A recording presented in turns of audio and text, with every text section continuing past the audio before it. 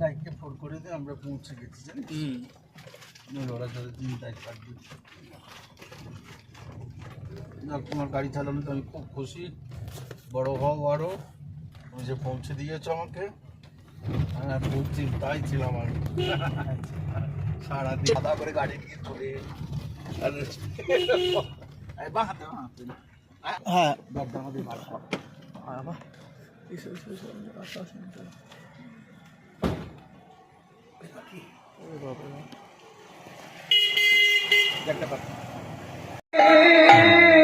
নাচিয়া নাচিয়া যায় শিশু সবে পাছে ধার ধুলাই গহন গেল ভবনী পক্ষিবা সভারে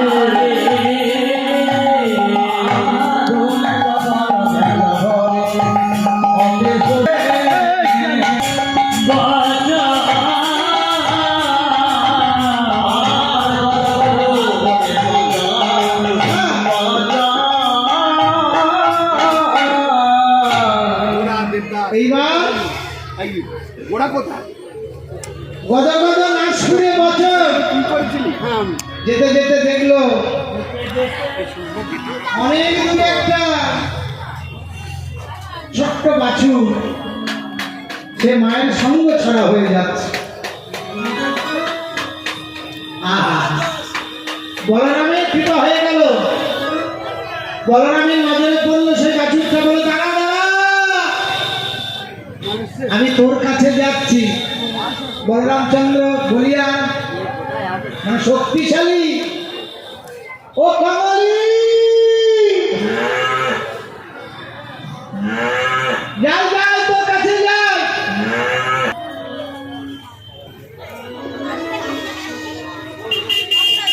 মহাজন বললেন, বৎসের পিছনে যেমন ধাই গাভীগণ কাঁধে চলে মত্ত বজ্র ছাড়ে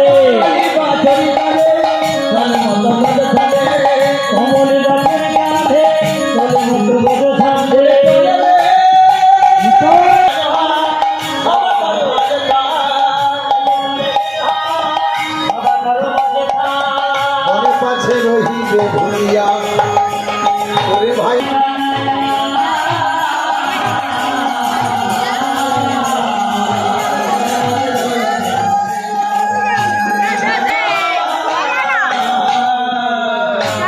এইভাবে শাখা দিয়া দেখল সাপ শুনিল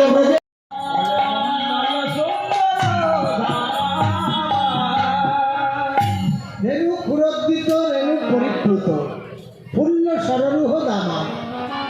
রেণু ক্ষুরের দ্বারা উদ্ভিত ধুলিতে প্রফুল্ল পদ্মের মালাটি গোবিন্দের পরিপ্লুত হইয়াছে। সদ্য ফোটা নীল পদ্মের মতো শোভায়মান, তার অঙ্গটি সুন্দরতার গৃহ বলে মনে হচ্ছে। তাই ধেনু ক্ষুরোদ্ধৃত রেণু পরিপ্লুত ফুল্ল সররূহ দামা। অচির বিকশর লসদিন্দি বড় দেখো মন্ডল সুন্দর ধামা হেরাই বিনোদ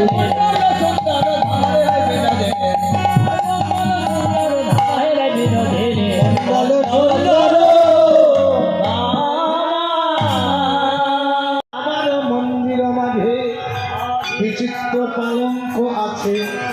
আশেপাশে রসেরও বাড়ি তাহাকে শুধিবে তুমি চরণ সেবিব আমি। দূরে যাবে বনেরও আলি,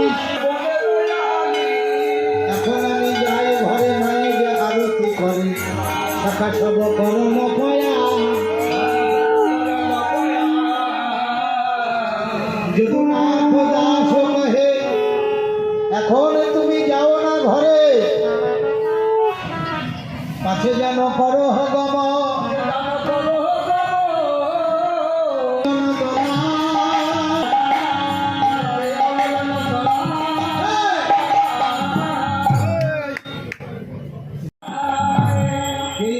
আমার বাপে নন্দ বিলাল বাসা যশোদা একদিকে দেখে দাদা চরণ দোখায়। হে দাস বলো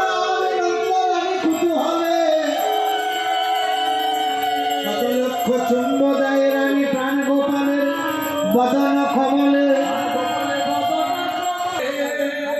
এবার আরতি কাঁদে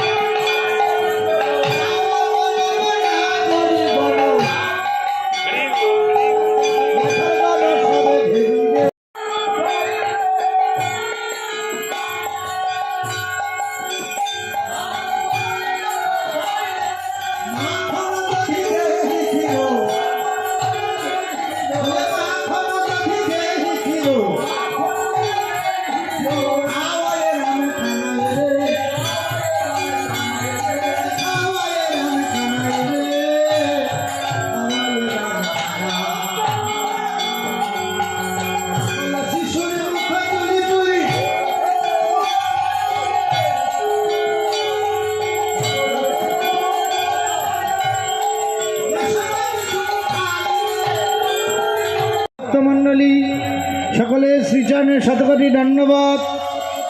আগামীকাল আমরা পরিবেশন করব, নিমন্ত্রণ জানিয়ে রাখলাম, আপনারা সকলে মিলে আসবেন সকাল 7টা থেকে 10টা। রাধা নামে হারে বসেছে তাই এসেছি শুনে, রাধা নামে হারে বসেছে তাই এসেছি শুনে, রাধা এসেছি শুনে রাধা নাম লয়ে যাব কিনে, বলে তাই এসেছি শুনে, রাধা নাম লয়ে যাব সব কিনে।